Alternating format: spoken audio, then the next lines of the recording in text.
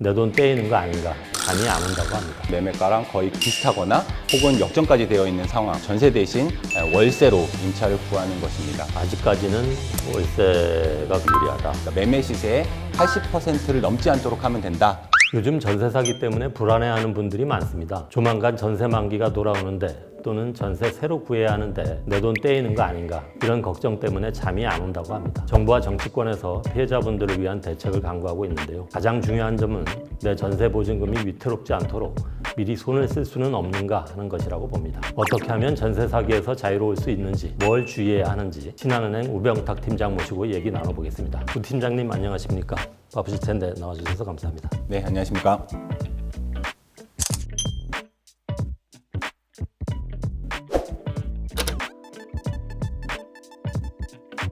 지금 전국이 전세 사기로 난립니다. 최근 전세 사기가 많이 벌어지는 원인은 무엇이라고 보시나요? 여러 가지가 있겠습니다만 기본적으로는 무엇보다 전세 가격이 굉장히 단기간에 급격하게 직전까지 치솟았다는 점입니다. 즉 전세 가격이 비싸진 상황이 가장 큰 이유라고 보고 있고요. 최근에 주택 가격과 전세 가격이 같이 하락하고 있습니다만 이 직전까지는 많은 분들이 기억하시겠지만 2020년 하반기 그리고 21년 하반기까지 전세를 구하기 위해서 심지어 아파트 같은 경우에도 줄을 서서 물건들을 보고 했던 시기가 있었습니다. 이 기간 동안 전세 가격이 단기간에 급격하게 상승을 했었고요. 그 뒤에 매매 가격이 하락하면서 직전에 맺었던 높은 전세 가격 대비해서 지금 매매 가격이 낮아져 있는 상황이 되다 보니까 이 둘 사이의 간격이 바짝 붙어 있는 상황, 즉 전세가가 종전의 매매가, 지금 떨어져 있는 매매가랑 거의 비슷하거나 혹은 역전까지 되어 있는 상황, 이런 상황들이 기본적으로 전세 사기를 먹기 쉬운 이런 전반적인 시장 상황이 되었다고 보고 있습니다. 지금 현재도 전세 사기와 관련된 혹은 역전세와 관련된 문제들이 계속 생기고 있지만 이것이 단기간에 끝나기는 좀 어려워 보입니다. 왜냐하면 실제로 20년도 하반기부터 전세 가격이 가장 높았고 그 내용, 전세 가격이 치솟았던 일들이 21년 하반기까지 지속이 됐었습니다. 네. 그러면 통상 임대차 계약이 주택에 대한 것이 2년 기준으로 만기가 돌아온다라고 했을 때 2년을 기준으로 하면 당장 만기가 돌아오는 것들이 23년 하반기, 길게는 24년 상반기까지 아직 그 당시에 가장 높은 가격에서 체결됐던 전세 가격들이 만기가 돌아오는 때들이 계속 반복되는 것이고 결국 2024년까지는 현재와 같은 전세 사기 혹은 역전세 문제는 지속적으로 계속 발생할 가능성이 높습니다. 그러니까 올해 그리고 내년까지도 이런 문제가 이제 쉽게 해결되기는 어렵다는 말씀이시고요. 네, 맞습니다. 그럼 중요한 얘기 해봅시다. 전세 사기 안 당하려면 어떻게 해야 하는 겁니까? 전세 사기뿐만 아니라 일반적인 사기와 같은 범죄를 완전히 피하는 제도적인 방법이라는 것은 사실상 현실적으로 없다고 보여집니다. 다만 이 전세 사기와 관련해서는 이러한 위험을 최대한 줄이는 방법은 있다고 생각이 되는데요. 아주 단적으로 얘기하면 바로 전세 대신 월세로 임차를 구하는 것입니다. 실제로는 이 월세라고 부를 때는 보증금 없이 순수한 월세로 임차를 구한다는 것은 현실적으로 관례상 존재하지 않기 때문에 우리가 편의상 월세라고 부르는 부분들이 좀 세분화하게 되면 순수한 월세, 이 순수 월세라고 부르는 것들도 보증금이 월세의 12배 이내인 것을 다 순수 월세라고 표현을 하고요. 준 월세라고 해서 월세 금액의 12배를 넘지만 240배를 넘지 않는 경우, 이거를 준 월세라고 합니다. 다음 단계가 이제 준 전세입니다. 보증금의 범위가 월세 240배보다 넘는 경우 준 전세고요. 그리고 월세가 아예 없이 전체 금액을 다 임차의 전체 금액을 전세금으로 하는 것을 이제 순수 전세라고 부르고요. 통상 이 네 가지를 다시 나눠서 월세와 전세 이렇게 부르는 것이고 그 중간에 있는 것을 준전세 혹은 반전세 이렇게 표현을 하는 것입니다.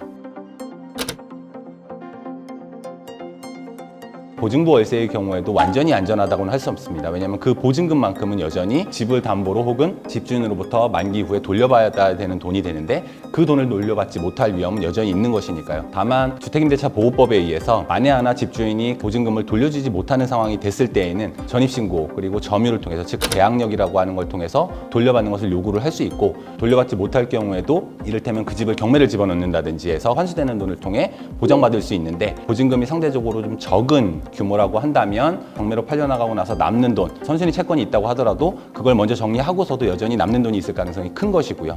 그 돈만큼보다 작은 보증금에 대해서는 확보할 가능성이 일단은 큰 것이죠. 월세가 상대적으로 이러한 전세 사기와 같은 위험 혹은 역전세와 같은 위험에서는 안전하기는 하지만 매달 고정 비용으로 소모되는 비용이라는 인식이 크기 때문에 그런 생각을 가지실 수 있는데요. 다만 현재의 시점에서 놓고 보면 아직은 금리가 전세를 월세로 전환할 때의 비용, 즉 전세를 안 하고 월세를 선택했을 때 일정 비율에 의해서 월세로 돌게 되는데 그 비율, 전월세 전환율이라고 합니다. 그 전월세 비율보다 금리가 더 높은 상황이기 때문에 가령 예를 들어서 모아놓은 자금이 없는 임차인 입장에서는 그 돈을 전세대출 같은 것들을 통해서 빌려야 될 텐데 이때 빌리는 전세대출의 이자에 따른 비용보다 월세로 그냥 부담할 때 비용이 더 낮은 상황입니다. 지금 최근의 시점에서 놓고 보면 적어도 임차인 입장에서는 목돈을 빌려서 그 돈을 그 이자 부담을 하면서 전세로 가는 것보다는 월세로 하는 것이 조금 더 비용이 싼 상황이기는 합니다. 그러니까 금리가 이제 내려가면 대출을 받는 것이 유리할 수 있고, 네, 아직까지는 월세가 그래도 유리하다. 네 맞습니다. 돈이 없어서 전세 대출을 받아야 하는 사람은 그렇다 쳐도 월세 살기 싫어서 보증금을 열심히 모았다. 그래서 전세 살 수가 있다. 그런 사람들은 월세 사는 게 손해가 됩니까? 비용적으로는 손해가 될 가능성은 있습니다. 다만 그때 손해라고 하는 것은 그러니까 자금이 이미 보증금만큼이 모여져 있다라고 한다면 월세 비용이 고스란히 손해인 것은 아닌 게 말하자면 그 월세로 가는 대신에 나머지 남는 여유 자금들은 결국 최소한 그냥 두지는 않을 것이고요. 적어도 예금, 안전한 것을 원하신다라고 한다면 예금 수준으로 예치를 하게 될 테니까요. 가령 예를 들어서 일정 비율만큼 즉 정기예금의 이자 혹은 그거보다 높은 수익률로 운용할 수 있다면 그 이자 비용, 수익만큼은 비용에서 오히려 또 차감을 하는 것이죠. 그 보증금이 시세의 일정 비율을 넘지 않도록 반전세, 아까 말씀하신 반전세 사는 것도 방법이겠네요. 네, 당연히 좋은 방법일 수 있습니다.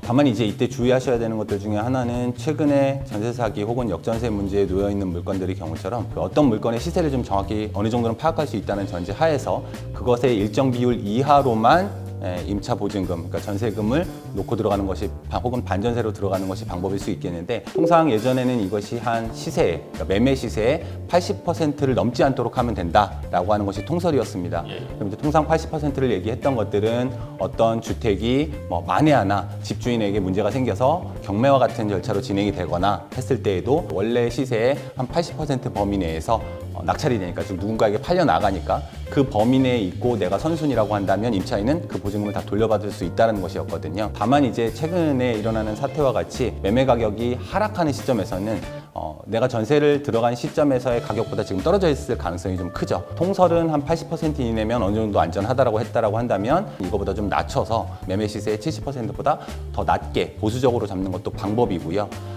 그거보다 더 보수적으로 잡는다라고 한다면 범위는 매매 시세의 한 60% 이내로 반전세로 가는 것들도 방법일 수는 있습니다. 말씀하신 그 일정 비율 이하 그 월세나 반전세로 가라 이렇게 이해를 하면 되겠네요. 예. 네, 말씀드린 것처럼 그 통상 집값의 80% 정도가 예전의 기준이었다면 지금은 그거보다 더 보수적으로 70% 이내에서만 하는 것이 좋겠고 가능하다면 여력이 된다면 그거보다 더 낮은 60% 아래 수준으로 매매가에 대비해서 전세 보증금을 설정할 수 있다라고 하면 그게 낮으면 낮을수록 더 안전하다고 할 수 있겠습니다. 지금 나타나고 있는 현상을 보면 전세 사기와 역전세는 물론 아파트의 경우에도 충분히 나타날 개연성은 있습니다만 상대적으로 많은 것이 빌라, 즉 다세대라고 부르는 이런 물건들에서 많이 나타나고 있고요. 그리고 또 역전세 같은 경우에는 일부 다가구에서도 좀 나타나긴 합니다만 상대적으로 다세대가 지금 더 많이 문제가 불거지고 있습니다. 서울의 중심 지역보다는 외곽 지역으로 갈수록 그리고 수도권 외곽 지역으로 갈 때 상대적으로 더 빈번하게 발생을 하는 특징이 있습니다. 만약 임차로 살고자 하는 집이 아파트가 아니라면 조금 더 신중하셔야 되는 것이고 상대적으로 외곽으로 나가야 되는 상황이라고 한다면 역시 더 보수적으로 보시는 것이 맞겠습니다. 그러니까 아파트가 이 전세 사기나 이런 그 전세금 못 받을 위험이 상대적으로 적긴 한 거죠. 빌라에 비해서는. 그렇죠. 그러니까 집주인 입장에서는 아파트 같은 경우에는 상대적으로 빌라보다는 환금이 쉽게 되기도 하고요. 그러니까 그거를 어떻게든 또 이제 지키려고 하는 상황들도 좀 생길 수가 있고 기본적으로는 전세가율이 이제 아파트의 경우에는 주거용 오피스텔이나 아니면 빌라나 다가구에 비해서 상대적으로 낮습니다. 그러다 보니까 임차인이 조금 더 룸만큼 안전할 수 있는 가능성이 있는 것이죠.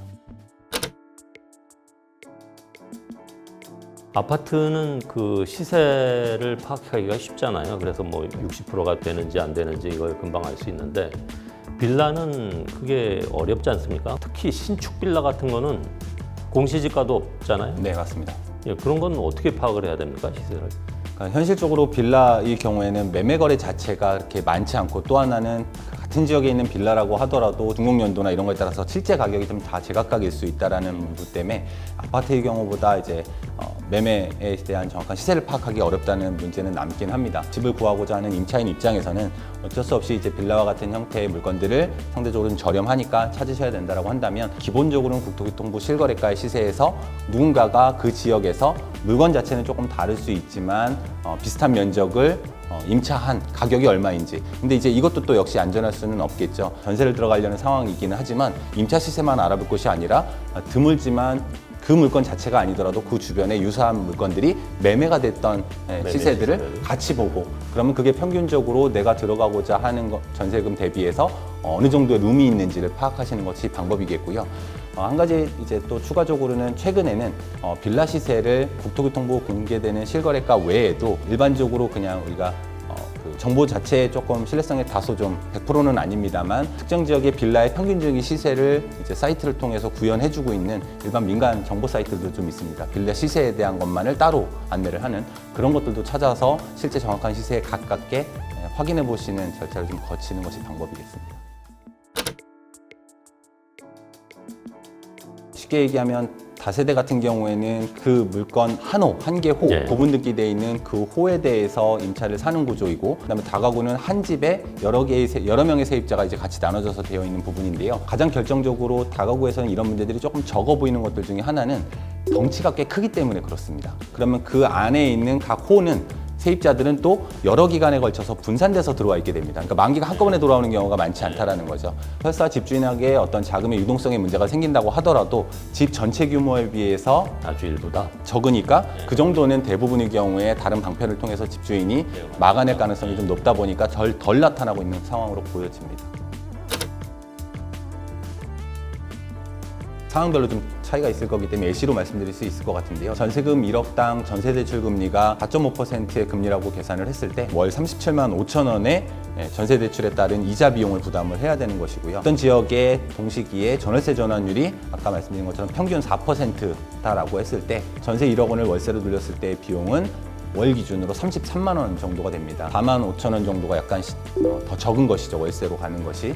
다만 이제 역시 말씀드린 것처럼 최근에 대출에 대한 금리가 지금 현재 상황에서는 조금 낮아져서 3% 정도까지 수준으로는 떨어져 있습니다. 그러면 어떤 지역의 전월세 전환율이 한 4%다라고 하면 둘은 현재는 좀 비슷한 상황이고요. 전세 대출 금리가 직전까지 한 0.5%포인트 높은 걸 감안하면 한 월 기준으로 4, 5만 원 정도씩은 대출을 받는 것보다 월세로 그냥 가는 것이 조금 더 유리한 상황이기는 할 겁니다. 금액적으로도 뭐 아직은 월세가 괜찮은 거고 이런 전세 사기를 피하는 거에는 뭐 월세가 훨씬 유리한 거고 그런 상황이네요. 예. 전세 대출을 받게 되면 전세 그만한다 했을 때 중도 상환 수수료 같은 거 없습니까? 계약 기간 범위 내에서 중도에 이제 해지를 하는 상황이라고 한다면, 그러니까 대출도 그 기간 임대차 계약 기간에 맞춰지게 되거든요. 그럼 대출 만기, 즉 임대차 기간의 만기 3개월 전까지 해지를 하게 되면 대출 금액의 0.7에서 0.8%의 중도 해지 수수료가 발생을 하게 됩니다. 상품에 따라서는 보증보험의 가입을 아예 한 세트로 묶여 있는 경우들도 있습니다. 예를 들면 보증기관, 예컨대 주택도시보증공사 같은 곳에 이제 이 보증에 따른 수수료를 내야 되는데 2억 원 초과하는 빌라의 경우에 보증 수수료는 연 0.146%에서 연 0.154% 정도 됩니다. 보증보험을 가입할 수 있으면 전세 사기의 위험에서는 이제 벗어날 수 있다고 하셨는데 전세 대출을 받아서 전세로 들어갔다. 그랬을 때 집주인이 이제 만기 때 못 내준다 하면은 그거는 어떻게 되는 겁니까? 엄밀하게는 전세대출 같은 경우도 취급은 금융기관, 그러니까 은행과 같은 금융기관에서 하기는 합니다만 이거에 돈을 빌려주는 사람은 실제로는 주택도시보증공사와 같은 공사기관, 그러니까 기금에 의해서 대출이 일어나게 됩니다. 네. 즉 돈을 빌려준 사람들은 공사와 같은 기관이 되는 것이고요. 네. 그다음에 그 돈을 빌린 사람은 임차인이 되는 것이죠. 네. 그러면 나중에 이거를 이제 이 집주인한테 임대감으로 주고 나서 만기가 됐을 때 집주인이 이제 못 돌려주는 상황이 되게 되면 세입자 입장에서는 다소 억울하실 수는 있겠지만 이제 본인이 빌린 돈이기 때문에 그때부터 이제 연체가 되는 상황이 되는 것입니다. 전세 보증보험을 가입해 놨다면 집주인이 돌려주지 않았을 때 청구를 해서 그 돈을 그대로 받아서 세입자는 안전하게 다 나가는 거고, 돌려받을 권한 자체는 말하자면 공사가 가져가게 되는 것이죠. 그러니까 알아서 받게 되는 것이죠. 금융기관은 그 중간에서 수수료를 받고 업무를 대행해주는 구조라고 보시면 됩니다. 그러니까 실제로는 금융기관 자체가 아니라 그 보증을 전세 대출을 해주는 그 기금 공사 쪽에서 돈을 받는 구조이고, 그게 보증을 드러났느냐 아니냐에 따라서 서로 누가 책임을 지느냐에 대한 부분들이 갈리게 됩니다. 그럼 보증보험을 안 들고 그냥 전세대출만 받은 경우에는 그 임차인이 손해를 감수를 해야 되는 거네요. 그렇죠. 집주인이 돌려주지 않게 되면 돌려주면. 본인이 감수를 해야 되는 거고요. 그래서 현실적으로는 이런 경우에는 실제로 만기가 됐지만 보증보험을 가입을 하지 않은 상태, 전세로 대출을 받아서 들어와 있는 이런 상황이라고 한다면, 이때의 세입자는 통상 현실적으로는 돌려줄 수 있는 상황이 올 때까지 울며 겨자 먹기로 이제 대출을 연장을 요청하는 수밖에 없을 거고요. 연장을 요청하는 범위 내에서는 연장해서 이제 대출의 만기가 연장되기는 합니다. 등록 임대사업자의 물건 같은 경우는 법적으로 보증금 반환 보증을 임대인이 가입을 하게끔 되어 있습니다. 물론 그 비용은 임차인하고 같이 부담을 하기는 합니다만, 주택 임대보다는 더 안전한 측면이 좀 있다고 할 수 있을 거고요. 민간 임대주택에 관한 특별법에 의해서 세입자의 동의 없이는 임대기간, 정해져 있는 의무 임대기간 동안에 중도에 이제 이것을 말소할 수도 없게끔 되어 있습니다. 더 긴 기간 동안 안정적으로 할 수 있고, 일반적인 임대주택도 임대차법에 의해서 계약갱신 청구권에 의해서, 그리고 임대료 상한에 의해서 한 번 갱신할 때는 5% 이내로 임대료 인상이 제한되지만, 이 등록 임대사업자의 임대주택 같은 경우에는 그 남아있는 임대사업자의 만기 기간, 이제 법적으로는 원래는 이제 종전에는 8년이었었고요. 지금은 10년, 많은 경우에 15년까지 의무 임대를 하게 됩니다. 이 기간 동안에 걸치는 기간 동안 계속 5% 이내로 그 이상으로 인상을 할 수 없기 때문에 임대료 인상의 부담에 대한 것들도 상대적으로 훨씬 더 안전하다는, 부담이 적다는 장점이 있습니다. 기본적으로는 시세에 대한 정확한 파악이 가장 중요하겠고, 임차 물건을 알아보실 때에도 가장 보편적으로 그냥 관례적으로 많이 쓰는 방법들 중에 하나가, 내가 계획하고자 하는 물건을 소개한 중개인이 그 지역에서 얼마나 오랫동안 영업을 해오셨던 곳인지에 대한 것들을 자연스럽게 이런 것들은 얼마든지 물어보실 수 있거든요. 그걸 특별히 숨기시는 경우도 없을 거고요. 그리고 주변에 탐문을 해보면 분명히 나올 수 있는 정보여서, 그러니까 한 지역에서 오랫동안 이제 중개를 해오신 분이라면 상대적으로 그만큼 이제 안정성이 있다라고 보실 수 있을 거고, 그거 외에도 이제 허그에서 만들어서 이제 운영을 하고 있는 전세 안심 앱이라고 하는 것들이 있습니다. 이제 여기 들어가서 보시게 되면 임차로 들어가고자 하는 집의 집주인의 세금 체납 사실에 대한 부분들도 이제 공개를 좀 하고 있고요. 그 다음에 그 물건의 시세가 어느 정도인지에 대한 것, 전부 다 나와 있지는 않겠습니다만 그런 내용들도 좀 있고, 집에 대한 평가 후기를 남기는 사이트들도 있습니다. 앱들도 있습니다. 그러면 역시 내가 들어가고자 하는 빌라의 물건에 그게 다 나와 있지는 않겠습니다만, 제가 기억하기로는 많은 사이트에서는 한 2만 건 이상의 후기들이 달려있는 경우들도 있거든요. 그러면 그 중에 일부는 지금과 같은 어떤 문제가 생기는 것들, 이미 전세입자가 그런 일들을 겪었다면 거기에 어떠한 형태로든 기록이 남겨 있을 가능성이 있습니다. 그러면 1차적으로 그런 물건들은 한 번 더 이제 걸러서 보는 이런 형태가 좀 필요할 것 같고, 또 최근에 서울시에서는 전월세 지원센터라고 해서 이 범위를, 방금 말씀드린 범위를 포함해서 전월세에 대한 어떤 이제 계약에서의 주의사항이라든지 이런 것들을 체크해 볼 수 있는 정보들을 제공해 주는 부분들도 있어서, 최대한 이런 공공기관에서 운영하는 정보에 대한 것들을 활용하시는 게 또 하나의 방법이 될 수 있을 것 같습니다. 그 말씀하신 도우미 지원해 주시는 그런 분들은 무료입니까? 무료입니다, 기본적으로. 네, 대신에 이제 그 중개인들, 각 지역에 있는 중개인들이 그 역할들을 공사, 자원봉사의 개념으로 이제 지원을 하는 개념이고요. 이 과정에서 직접 동행도 하고 있는 부분들이 있고, 다만 이제 이게 서울시 같은 경우에도 직전까지 이제 시범으로 운영을 해서 모든 25개 구에서 다 진행이 되는 것은 아니고, 현재는 시범 사업 끝나고 나서 점차 확대를 하고 있는 중입니다. 그래서 지원이 되는 구가 있고 안 되는 구도 있을 수 있어서 그 부분은 좀 확인을 해보셔야 합니다. 피같이 모은 내 전세 보증금을 못 받게 된다면 참 막막할 노릇입니다.